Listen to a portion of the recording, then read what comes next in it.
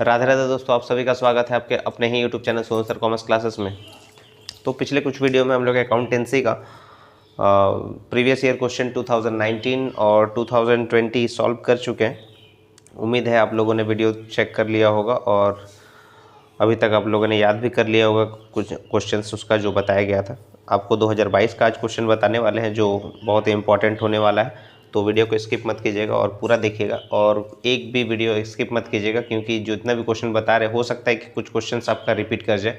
और इससे पहले आपको अपलोड कर चुके हैं 2019, 20, 22, 23, 24 का कॉमर्शियल अरिथमेटिक का पेपर का भी क्वेश्चन पेपर अपलोड कर चुके हैं, वो भी जरूर देख लीजिएगा। सोनू सर कॉमर्स क्लासेस में प्लेलिस्ट बना हुआ है। तो चलिए वीडियो को शुरू करते हैं 2022 का अकाउंटेंसी का क्वेश्चन पेपर। तो देखिए क्वेश्चन में आपको दिया गया है the meaning of book keeping is, यानी पुस्तपालन का जो है अर्थ क्या है। तो पुस्तपालन का अर्थ होता है recording business transaction in books of accounts, यानी the meaning of book keeping is recording business transaction in books of accounts, यानी पुस्तपालन का अर्थ है व्यापारिक लेन देनों को लेखा पुस्तकों में रिकॉर्ड करना। ठीक है ना। तो ऑप्शन नंबर 3 हो जाएगा क्वेश्चन नंबर 1 का। ये 2022 का क्वेश्चन पेपर है। क्वेश्चन नंबर 2 में पूछा गया the main function of financial accounting is to, यानी the main function of financial accounting is to, यानी फंक्शन यानी मुख्य कार्य क्या है फाइनेंशियल अकाउंटिंग का, यानी वित्तीय लेखांकन का। तो इसमें है accounting all business transaction, interpret financial data, assist managers in decision making, all of this. तो ऑप्शन नंबर 4 करेक्ट हो जाएगा क्वेश्चन नंबर 2 का। हिंदी रूपांतरण इसका देख लेते हैं क्या पूछा गया है, जो आपको बताया अभी हिंदी रूपांतरण इसका कि वित्तीय लेखांकन का मुख्य कार्य है समस्त व्यापारिक लेन देनों का लेखा करना, वित्तीय आंकड़ों की व्याख्या करना, प्रबंधकों को निर्णय लेने में सहायता करना, इनमें से सभी। ऑप्शन नंबर 4 हो जाएगा इसका सही उत्तर। ठीक है ना। आगे बढ़ते हैं क्वेश्चन नंबर 3 की ओर। क्वेश्चन नंबर 3 में पूछा गया है कि when was the first book of book keeping and accountancy published. तो इसका सही आंसर हो जाएगा 1494, यानी 1494 में पुस्तपालन एवं लेखाकरण की प्रथम पुस्तक प्रकाशित हुई थी 1494 में। ठीक है ना। क्वेश्चन नंबर 4 में पूछा गया है कि book keeping is the art of recording business dealings in a set of books, who said this, यानी पुस्तपालन व्यापारिक लेन देनों को बहियों के समूह में लिखने की कला है, किसने कहा था। तो ये कहा था J.R. बाटली बॉय ने। ऑप्शन नंबर 1 सही हो जाएगा क्वेश्चन नंबर 1 का। क्वेश्चन नंबर 4 का ऑप्शन नंबर 1 सही हो जाएगा। ठीक है ना। Option number 1 J.R. बाटली बॉय। क्वेश्चन नंबर 4 के बाद क्वेश्चन नंबर 5। तो क्वेश्चन नंबर 5 देख लेते हैं हम लोग क्या पूछा गया है। तो क्वेश्चन नंबर 5 में आपसे पूछा गया है कि which of the following is not a सब फील्ड ऑफ अकाउंटिंग, यानी निम्न में से कौन सा लेखांकन का सहायक क्षेत्र नहीं है, सहायक क्षेत्र नहीं है। ठीक है ना। तो ये सब जो भी आपको दिया गया है कि जैसे financial accounting, management accounting, cost accounting, सब ये सब फील्ड है, यानी सहायक क्षेत्र है। तो सहायक यहाँ पर बोला गया सहायक क्षेत्र नहीं है, वो है पुस्तपालन यानी बुक कीपिंग। तो ये क्या है, प्रोसेस होता है। ठीक है ना। एक प्रक्रिया के तहत आता है बुक कीपिंग। आगे बढ़ते हैं क्वेश्चन नंबर 6 में क्या पूछा गया, user of financial information include, यानी लेखांकन सूचनाओं के उपयोगकर्ताओं में शामिल है अंशधारीगण, सरकार, लेनदार, इनमें से सभी। तो ये ऑल ऑफ दिस हो जाएगा, यानी share holders, government, creditors, all of this. यानी user of financial information include क्या है, शेयर होल्डर्स है, गवर्नमेंट है, क्रेडिटर्स है, all of this. Option number 4 हो जाएगा इनमें से सभी। क्वेश्चन नंबर 7 में पूछा गया which of the following may be called the language of the business. तो ये हो जाएगा अकाउंटिंग। ऑप्शन नंबर 3 निम्नलिखित में से किसे व्यापार की भाषा कही जा सकती है। तो लेखांकन है। ऑप्शन नंबर 3 हो जाएगा क्वेश्चन नंबर 7 का। क्वेश्चन नंबर 7 के बाद क्वेश्चन नंबर 8 देख लेते हैं हम लोग। तो क्वेश्चन नंबर 8 में आपसे पूछा गया है कि the limitation of accounting are तो based on historical cost, influenced by personal judgement, affected by window dressing, all of this. यानी लेखांकन की सीमाएं हैं ऐतिहासिक लागतों पर आधारित है, व्यक्तिगत निर्णयों से प्रभावित है, झूठे दिखावे से प्रभावित है, इनमें से सभी। ऑप्शन नंबर 4 सही हो जाएगा क्वेश्चन नंबर 8 का। आगे बढ़ते हैं क्वेश्चन नंबर 9 में which of the following is a current liability. तो करेंट लाइबिलिटी जो है यहाँ पर वो है शॉर्ट टर्म लोन, यानी निम्नलिखित में से कौन सा चालू दायित्व है। तो ये है अल्पकालीन ऋण जो है वो शॉर्ट टर्म लोन है। बाकी जो है आपका ये नॉन करेंट लाइबिलिटी में आता है आपका लॉन्ग टर्म लोन, और मॉर्गेज लोन, और ये आपका शेयर होल्डर्स फंड में आता है कैपिटल, ठीक है ना। आगे बढ़ते हैं क्वेश्चन नंबर 9 के बाद question number 10, which of the following is an intangible assets, यानी इंटेंजिबल एसेट्स कौन सा है, तो इसमें होता है गुडविल। गुडविल जो है वो आपका इंटेंजिबल एसेट्स होता है, यानी अदृश्य संपत्ति, यानी अमूर्त संपत्ति भी बोला जाता है, ठीक है ना।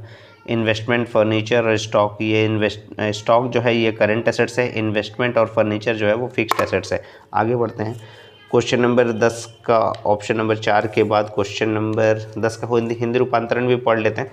निम्न में से कौन सी अमूर्त संपत्ति है, तो अमूर्त संपत्ति जो है वो ख्याति है, ऑप्शन नंबर 4। क्वेश्चन नंबर 11 में पूछा गया कि कैश डिस्काउंट इज, यानी नगद कटौती है, cash discount is received at the time of making payment, यानी नगद कटौती क्या है, भुगतान करते समय प्राप्त होती है, भुगतान करते समय प्राप्त होती है, वही नगद कटौती है, ठीक है ना। तो ऑप्शन नंबर 2 हो जाएगा क्वेश्चन नंबर 11 का। और क्वेश्चन नंबर 12 में पूछा गया है कि at the end of the financial year after sale of goods worth ₹2 lakh there was a closing stock of ₹10,000 this is, तो ये 10,000 क्लोजिंग स्टॉक के बारे में पूछ रहा है, तो ये क्या है, एक इवेंट है, ठीक है ना। ट्रांजैक्शन होने के लिए सेल परचेज ये सब तो नहीं हुआ है, तो क्लोजिंग स्टॉक जो है वो 10,000 का क्या है, ये एक इवेंट है, तो ऑप्शन नंबर 1 हो जाएगा। तो ट्रांजैक्शन मत कर दीजिएगा या बोथ मत कर दीजिएगा, तो इसका सही आंसर हो जाएगा ऑप्शन नंबर 1 हो जाएगा, एन इवेंट हो जाएगा, ठीक है, एक घटना है। बहुत इंपॉर्टेंट क्वेश्चन है ये, क्वेश्चन नंबर 12 जो 2025 में भी रिपीट कर सकता है। तो आगे बढ़ते हैं क्वेश्चन नंबर 12 के बाद हिंदी रूपांतरण पढ़ लेते हैं एक बार 12 का। तो जैसे क्वेश्चन नंबर 12 में लिखा गया है कि वित्तीय वर्ष के अंत में 2 लाख रुपए मूल्य का माल बेचने के बाद 10,000 रुपये का अंतिम रहतियाँ था, यह है एक घटना, ठीक है ना। ऑप्शन नंबर 1 सही हो जाएगा क्वेश्चन नंबर 12 का। आगे बढ़ते हैं 13 नंबर में कि Arun is a book seller which item will be goods for his business, तो इसका सही आंसर हो जाएगा यहाँ पर purchase of stationery. Purchase of computer नहीं होगा, परचेज ऑफ फैन भी नहीं होगा, परचेज ऑफ फर्नीचर भी नहीं होगा, परचेज ऑफ स्टेशनरी, यानी अरुण एक किताब विक्रेता है, कौन सा मद उसके व्यापार के लिए माल होगा, तो वो स्टेशनरी का क्रय हो जाता है, ठीक है ना। ऑप्शन नंबर 4 से हो। क्वेश्चन नंबर 14 में पूछा गया है कि fixed assets include, fixed assets में क्या आता है, फर्नीचर आता है, क्लोजिंग स्टॉक करंट एसेट्स में आता है, डेटर करंट एसेट में आता है, payment in advance current assets में आता है, तो फिक्स्ड एसेट में क्या आता है, फर्नीचर आता है। स्थायी संपत्ति में शामिल होते हैं फर्नीचर, ऑप्शन नंबर 2 सही हो जाएगा क्वेश्चन नंबर 14 का। तो ये 2022 का क्वेश्चन पेपर हम लोग डिस्कस कर रहे हैं, इससे पहले 2019 और 2020 का क्वेश्चन पेपर डिस्कस कर चुके हैं, जरूर देख लीजिएगा अकाउंटेंसी का, और सोनू सर कॉमर्स क्लासेस में प्लेलिस्ट बना हुआ है, और उससे पहले आपको क्वेश्चन पेपर अपलोड कर चुका हूँ कॉमर्शियल अरिथमेटिक का, कॉमर्शियल अरिथमेटिक सब्जेक्ट का, तो ज़रूर आप देख लीजिएगा। पाँचों का पाँचों सेट आपको मिल जाएगा उसमें, 2019 से लेकर 2024 तक में जो क्वेश्चंस पूछा गया था उसका पूरा सेट आपको बना के दिए हैं, तो ज़रूर चेक कीजिएगा। चलिए हम लोग आगे बढ़ते हैं क्वेश्चन नंबर 14 के बाद क्वेश्चन नंबर 15 कि when is the concept of realisation applied, यानी वसूली अवधारणा कब लागू होती है। When is the concept of realisation applied, तो when goods are delivered to the customer, यानी जब ग्राहकों को माल की सपुर्दगी दे दी जाती है तभी वसूली अवधारणा लागू होती है, ठीक है ना। ऑप्शन नंबर 2 हो जाएगा क्वेश्चन नंबर 15 का। आगे बढ़ते हैं question number 16, the importance of accounting concept is for investors, for accountants, four auditors, all of them, option number 4 से हो जाएगा। यानी लेखांकन सिद्धांतों का महत्व है, निवेशकों के लिए है, लेखापालों के लिए है, अंकेक्षणों के लिए है, और इनमें से सभी, ऑप्शन नंबर 4 हो जाएगा क्वेश्चन नंबर 16 का। आगे बढ़ते हैं क्वेश्चन नंबर 16 के बाद क्वेश्चन नंबर 17। एक एक क्वेश्चन पे ध्यान दीजिएगा, ठीक है, स्किप मत कीजिएगा, पूरा देखिएगा ताकि पूरा एक एक क्वेश्चन आपको समझ में आए। क्वेश्चन नंबर 17 में पूछा गया कि according to going concern concept the business entity will be in existence for indefinite period, ठीक है ना, यानी चालू व्यापार की अवधारणा के अनुसार व्यवसाय इकाई अस्तित्व में रहेगी अनिश्चित काल तक, यानी वो चलता ही जाएगा, ठीक है ना, अनिश्चित काल तक। तो इसका सही आंसर हो जाएगा option number A, indefinite period, option number 1 हो जाएगा क्वेश्चन नंबर 17 का। आगे बढ़ते हैं question number 18, basis of accounting 2 ही होता है, कैश बेसिस और एक्रूअल बेसिस, यानी बोथ हो जाएगा 1 और 2, ऑप्शन नंबर 3 हो जाएगा। लेखांकन का आधार है, रोकड़ आधारित होता है, और लेखांकन का उपार्जन आधारित होता है, ऑप्शन नंबर 3 हो जाएगा, 1 और 2 दोनों। क्वेश्चन नंबर 19 में पूछा गया कि first step in accounting process is, तो इसका ऑप्शन नंबर 2 हो जाएगा identification of transaction, option number 2 सही हो जाएगा क्वेश्चन नंबर 19 का। हिंदी रूपांतरण देख लेते हैं। लेखांकन प्रक्रिया में प्रथम कदम है लेन देनों की पहचान, ऑप्शन नंबर 2 हो जाएगा। क्वेश्चन नंबर 20 में पूछा गया कि which of the following equation is correct, तो यहाँ पर जो है आपको एक इक्वेशन बताए थे हम, कि एक इक्वेशन सिर्फ याद रखिएगा, बाकी कोई भी आपको इक्वेशन याद रखने की ज़रूरत नहीं होगा। तो ये 2022 का क्वेश्चन पेपर है, क्वेश्चन नंबर 20 है। तो एक आपको इक्वेशन बताए थे कि capital plus liability, capital plus liability equals to assets होता है। तो देखिए यहाँ पर ऐसा कुछ लिखा है, capital plus liability, assets plus capital लिखा हुआ है। कैपिटल प्लस लाइबिलिटी तो कहीं नहीं लिखा हुआ है। तो या फिर आप इसको ऐसा भी लिख सकते हैं कि capital equals to assets minus liability.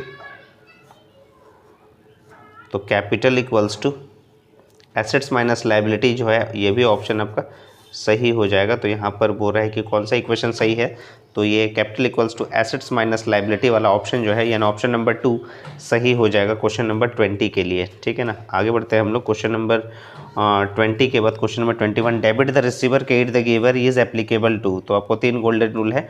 तो डेबिट द रिसीवर और क्रेडिट द गिवर जो है वो पर्सनल अकाउंट में आता है। Debit what comes in, credit what goes out जो है वो रियल अकाउंट में आता है। डेबिट और एक्सपेंसेस एंड लॉसेस, क्रेडिट और इनकम एंड गेंस जो है वो नॉमिनल अकाउंट में आता है।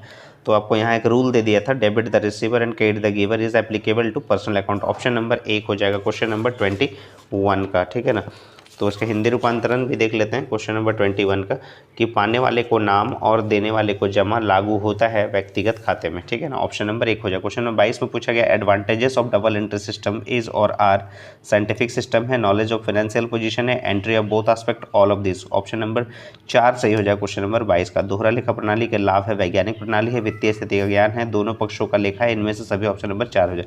क्वेश्चन नंबर 23 में पूछा गया कि example of nominal account is, nominal account का एग्जाम्पल क्या है। तो नॉमिनल अकाउंट मतलब डेबिट और एक्सपेंसेस एंड लॉसेस, क्रेडिट और इनकम एंड गेंस। तो यहाँ पर एक्सपेंसेस है, यानी सैलरी जो है वो नॉमिनल अकाउंट होता है। ठीक है ना, सैलरी जो है वो नॉमिनल अकाउंट होता है। तो उसका सही आंसर हो जाएगा ऑप्शन नंबर 2 हो जाएगा क्वेश्चन नंबर 23 का। यह नाम मात्र खाते का उदाहरण है, वेतन खाता। ठीक है ना, तो ये इसको बोलते हैं हम लोग नॉमिनल अकाउंट बोलते हैं। तो ऑप्शन नंबर 2 सही हो जाए क्वेश्चन नंबर 23 का। आगे बढ़ते हैं 23 के बाद question number 24, proprietors account is related to personal account होता है। स्वामी का खाता यानी पर्सनल अकाउंट यानी व्यक्तिगत खाता होता है। ऑप्शन नंबर 3 हो जाएगा। ये उम्मीद आपको समझ में आ रहा होगा। क्वेश्चन नंबर 25 में example of natural personal account is. तो पर्सनल अकाउंट को 3 कैटेगरी में बांटा गया है कि एक नेचुरल पर्सनल अकाउंट होता है, दूसरा होता है आर्टिफिशियल पर्सनल अकाउंट होता है, और तीसरा होता है रिप्रेजेंटेटिव पर्सनल अकाउंट होता है। ठीक है ना, तो ये आपका नेचुरल बोला है पर्सनल अकाउंट। तो नेचुरल पर्सनल अकाउंट में आता है राम का, श्याम का, किसी भी का, कोई लिविंग थिंग का अगर अकाउंट है तो वो आपका होता है नेचुरल पर्सनल अकाउंट होता है। ठीक है ना, अब एक जो है आपको बैंक अकाउंट जो दिया हुआ है ये आपका होता है आर्टिफिशियल पर्सनल अकाउंट होता है। ठीक है ना, बैंक अकाउंट। और आउटस्टैंडिंग सैलरी अकाउंट जो होता है वो रिप्रेजेंटेटिव पर्सनल अकाउंट होता है। तो ये आपका, तो इसमें पूछा था नेचुरल पर्सनल अकाउंट कौन सा है, तो राम्स अकाउंट ऑप्शन नंबर 1 हो जाएगा। यानी प्राकृतिक व्यक्तिगत खाते के उदाहरण है राम का खाता, ऑप्शन नंबर 1 सही हो जाएगा क्वेश्चन नंबर 25 का। उम्मीद है सारे क्वेश्चंस आपको समझ में आ रहे होंगे। आगे बढ़ते क्वेश्चन नंबर 26, डेबिट सिग्निफाइज। तो डेबिट का मतलब यहाँ पर बोलता है कि डेबिट क्या बताता है, इंक्रीज इन एसेट्स अकाउंट, सही है, डिक्रीज इन लाइबिलिटीज अकाउंट या decrease in capital account, all of this. Option number 4 हो जाएगा। ये सभी डेबिट को बताता है। क्वेश्चन नंबर 26 का ऑप्शन नंबर 4 हो जाएगा। हिंदी रूपांतरण देख लेते हैं। डेबिट बताता है संपत्ति खाते में वृद्धि को, दायित्व खाते में कमी को और पूंजी खाते में कमी को, इनमें से सभी ऑप्शन नंबर 4। क्वेश्चन नंबर 27 में पूछा गया कि how many columns does a journal have. तो जर्नल में टोटल 5 कॉलम होता है। पहला डेट होता है, फिर पर्टिकुलर होता है, उसके बाद क्या होता है एलएफ होता है, उसके बाद होता है अमाउंट एक डेबिट के लिए, और एक दूसरा होता है अमाउंट क्रेडिट के लिए। टोटल 5 कॉलम होता है। ठीक है ना, तो कभी कभी पूछ लेता है आपको कि एलएफ का फुल फॉर्म क्या है, तो लेजर फोलियो होता है। ठीक है ना, और एक जेएफ होता है जो हम लोग लेजर में यूज़ करते हैं, तो उसका मतलब होता है जनरल फोलियो। ये भी पूछा जाता है क्वेश्चन में, फुल फॉर्म के तौर पे पूछा जाता है। तो एक रोजना मचा में कितने खाने होते हैं, तो 5 खाने होते हैं।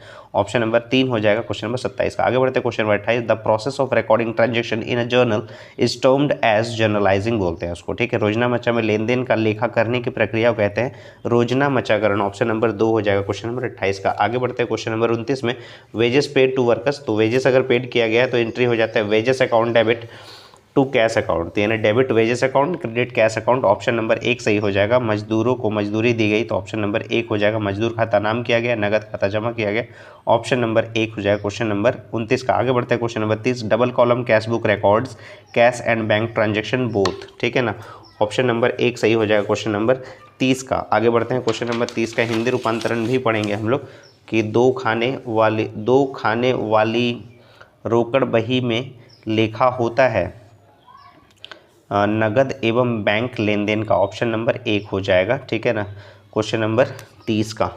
आगे बढ़ते हैं 31 नंबर में, when a firm maintains a cash book it need not maintain, तो उसे ज़रूरत नहीं है मेंटेन करने की कैश और बैंक अकाउंट इन लेजर में, ठीक है ना। अगर कैश बुक अगर मेंटेन करता है तो कैश और बैंक का लेजर मेंटेन करने की ज़रूरत नहीं। ऑप्शन नंबर 3 सही हो जाएगा। जब एक फर्म रोकड़ बही खाता रखती है तो उसे बनाने की आवश्यकता नहीं है खाता बही में रोकड़ एवं बैंक खाते। ऑप्शन नंबर 3 सही हो जाएगा। क्वेश्चन नंबर 32 में पूछा गया है the process of finding out the balance of an account is called balancing.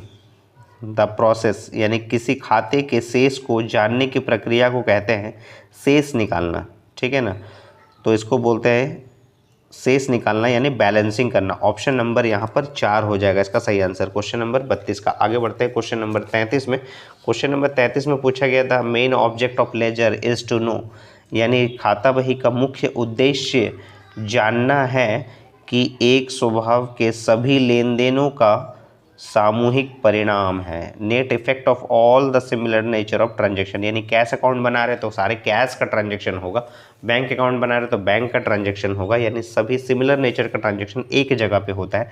Net effect of all the similar nature of transaction, option number 4 हो जाएगा क्वेश्चन नंबर 33 का। आगे बढ़ते हैं क्वेश्चन नंबर 34। जैसा कि मैंने कहा था JF LF का फुल फॉर्म कभी कभी पूछ देता है, तो फुल फॉर्म ऑफ JF पूछा गया तो जर्नल फोलियो होता है, और LF का अगर पूछा जाता है तो लेजर फोलियो होता है, बस इतना याद रखिएगा, ठीक है ना, जर्नल फोलियो। ऑप्शन नंबर 1 हो जाएगा क्वेश्चन नंबर 34 का। आगे बढ़ते हैं क्वेश्चन नंबर 34 के बाद क्वेश्चन नंबर 35। तो क्वेश्चन नंबर 35 में आपसे पूछा गया कि trial balance is prepared through dash method, तो ट्रायल बैलेंस बनाया जाता है बैलेंस मेथड से, टोटल मेथड से, तो बैलेंस और टोटल दोनों से बनाया जाता है तो बोथ हो जाएगा 1 और 2। ऑप्शन नंबर 3 सही हो जाएगा। तलपट डैश विधि द्वारा बनाया जाता है तो शेष और योग दोनों विधि से बनाया जाता है, तो ऑप्शन नंबर 3 सही हो जाएगा क्वेश्चन नंबर 35 का। आगे बढ़ते हैं क्वेश्चन नंबर 36 में, if Suman has been debited by ₹150 instead of 1500 and Aman has been debited by 1500 instead of 150 it will be called, यानी सुमन को जो है वो डेबिट कर दिया गया 150 जबकि करना था 1500 से, और अमन को डेबिट करना था 150 से जिसको कर दिया गया 1500 से। इट विल बी कॉल्ड, इसको बोलते हैं कंपेंसेटिंग एरर बोलते हैं, ठीक है ना, क्षतिपूरक अशुद्धि बोला जाता है, ठीक है। तो सही ऑप्शन हो जाएगा ऑप्शन नंबर 4 हो जाएगा क्वेश्चन नंबर 36 का। आगे बढ़ते हैं question number 37। Trial balance indicates dash accuracy, arithmetical accuracy बताता है, ऑप्शन नंबर 2 हो जाएगा क्वेश्चन नंबर 37 का। हिंदी रूपांतरण देखते हैं इसका, तलपट डैश शुद्धता बताता है तो क्या अंक गणितीय शुद्धता बताता है, ऑप्शन नंबर 2 सही हो जाएगा। क्वेश्चन नंबर 38 में पूछा गया good sold to Manish worth ₹650 was entered in his account ₹560, now Manish account will be debited by, तो डिफरेंस देख लीजिए कितना का है, 90 रुपये का है, तो ऑप्शन नंबर 3 हो जाएगा ₹90 हो जाएगा, ठीक है, क्वेश्चन नंबर 38 का। आगे बढ़ते हैं क्वेश्चन नंबर 38 के बाद 39। Purchase book is use to record, purchase book में क्या एंट्री किया जाता है, all credit purchase of goods, ठीक है ना, ऑप्शन नंबर 3 सही हो जाएगा, all credit purchase of goods, option number 3 सही हो जाएगा। यानी क्रय वही का प्रयोग डैश लिखने में किया जाता है तो माल के सभी उधार क्रयों को लिखने में, ऑप्शन नंबर 3 हो जाएगा क्वेश्चन नंबर 39 का। तो लास्ट क्वेश्चन हम लोग क्वेश्चन नंबर 40 पढ़ लेते हैं। तो क्वेश्चन नंबर 40 में लिखा गया है कि a business man pays ₹1000 as college fees of his son, this will be debited to drawings account, यानी उसका पर्सनल एक्सपेंसेस है और उसको हम लोग ड्राइंग अकाउंट में लिखते हैं। A business man pays ₹1000 as college fees of his son, this will be debited to drawings account, तो एंट्री हो जाएगा drawings account debit to cash account, ठीक है ना।